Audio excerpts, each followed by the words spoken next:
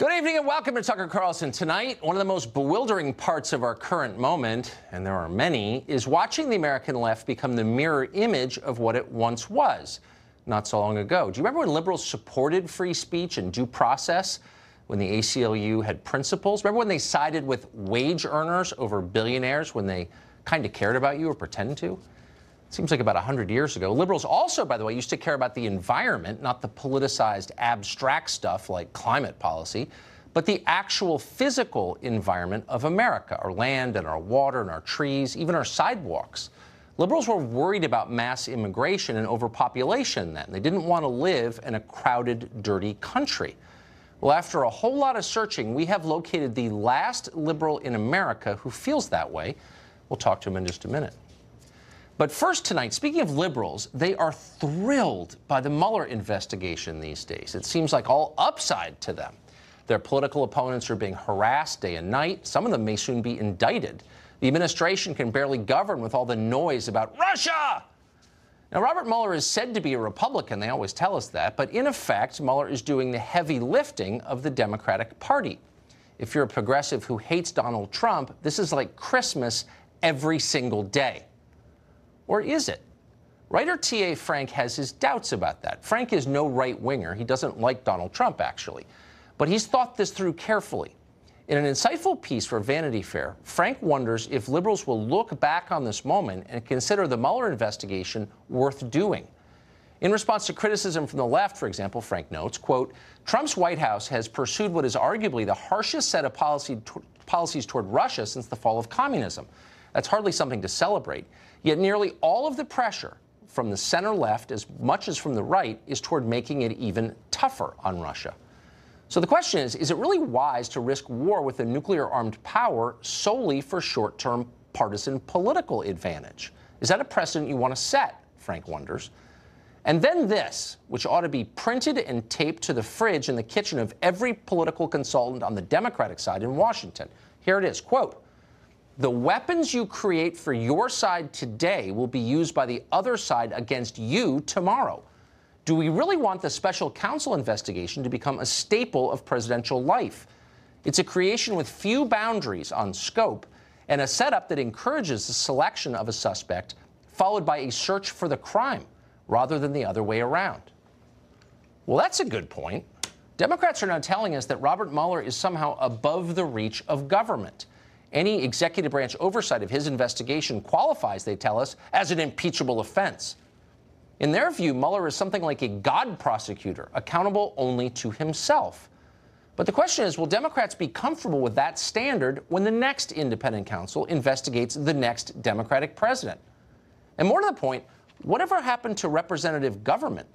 Shouldn't all federal employees answer to elected officials who in turn answer to voters? That's what representative government is. Well, not anymore. In the name of defending democracy, the left is weakening democracy. Democrats don't seem to understand that now. They're having too much fun watching their enemies suffer. But they will understand it, and likely they'll deeply regret it. Robin Biro is a former Obama campaign regional director. He joins us tonight. Robin, thanks a lot for coming on. Thank you, Tucker. First to the Russia question, I would never argue that Russia is our friend. I think, they don't seek our best. And I think they've undertaken a lot of mischief at our expense over the years. In the last election, probably one example of it. But the idea that Russia is our primary geopolitical adversary is like insane. It's untrue. That, of course, would be China. No one disagrees with that. And so doesn't this whole investigation amount to, in effect, a lie to the American people about the threats we really face? You know, Tucker, I look at this from the standpoint, I'm a veteran. Yes. A Spec Ops veteran, and I look at this as protecting our democracy. The sole intent of this was to look at foreign influence in our electoral process. Right. That really shouldn't be a partisan issue. I think that as patriotic Americans, and I think that we both are, and most of the viewers are, I'm sure, we support federal law enforcement and want to make sure that they are not adversely affecting our electoral process. But I wonder, though, look, like a lot of things, I don't disagree with what you say in theory, but I wonder if we're not undermining democracy in its defense. So here you have a special counsel who Democrats are telling us is not accountable to any branch of government. The executive branch, run by Trump, can't rein him in because that would be an impeachable offense, and Congress has no authority because he's an executive branch employee, technically. So that's not a democratic system where you have someone with the power to destroy your life and put you in prison who can't be accountable to anybody elected by voters. That's the opposite of democracy, is it not? You know, I looked at the appointment memo for Robert Mueller in this investigation, and it gives him the authority to look into any matters that may arise directly from the investigation. So that's pretty broad. And to your question about whether or not this could come back on Democrats, yes, it could. I remind you that the Flynn memo that just came out this week pretty much showed us that there are 2 other criminal investigations. Those could very well be against Democrats. Those could come back to haunt us. For sure. Okay, so yes, this, the weapons that we use you're now absolutely right, could of course, come back to haunt us. But may I get to a more fundamental question? I wouldn't be surprised. Since you're for democracy, I'm for democracy, then let's just agree on the terms here. Every employee of a government in democracy must answer by definition to an elected official because the voters are in control, the power resides with them, correct? Yes. What elected official does Robert Mueller answer to?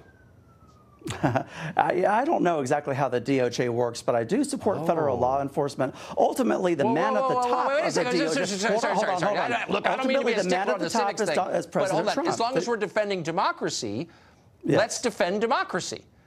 And democracy is predicated on the idea that people rule, and they rule through their elected representatives in our version of democracy. So if he is working for us, if he's a federal employee, which he is, which elected representative can fire him? Which elected representative does he answer to? And the answer from Democrats is, well, none.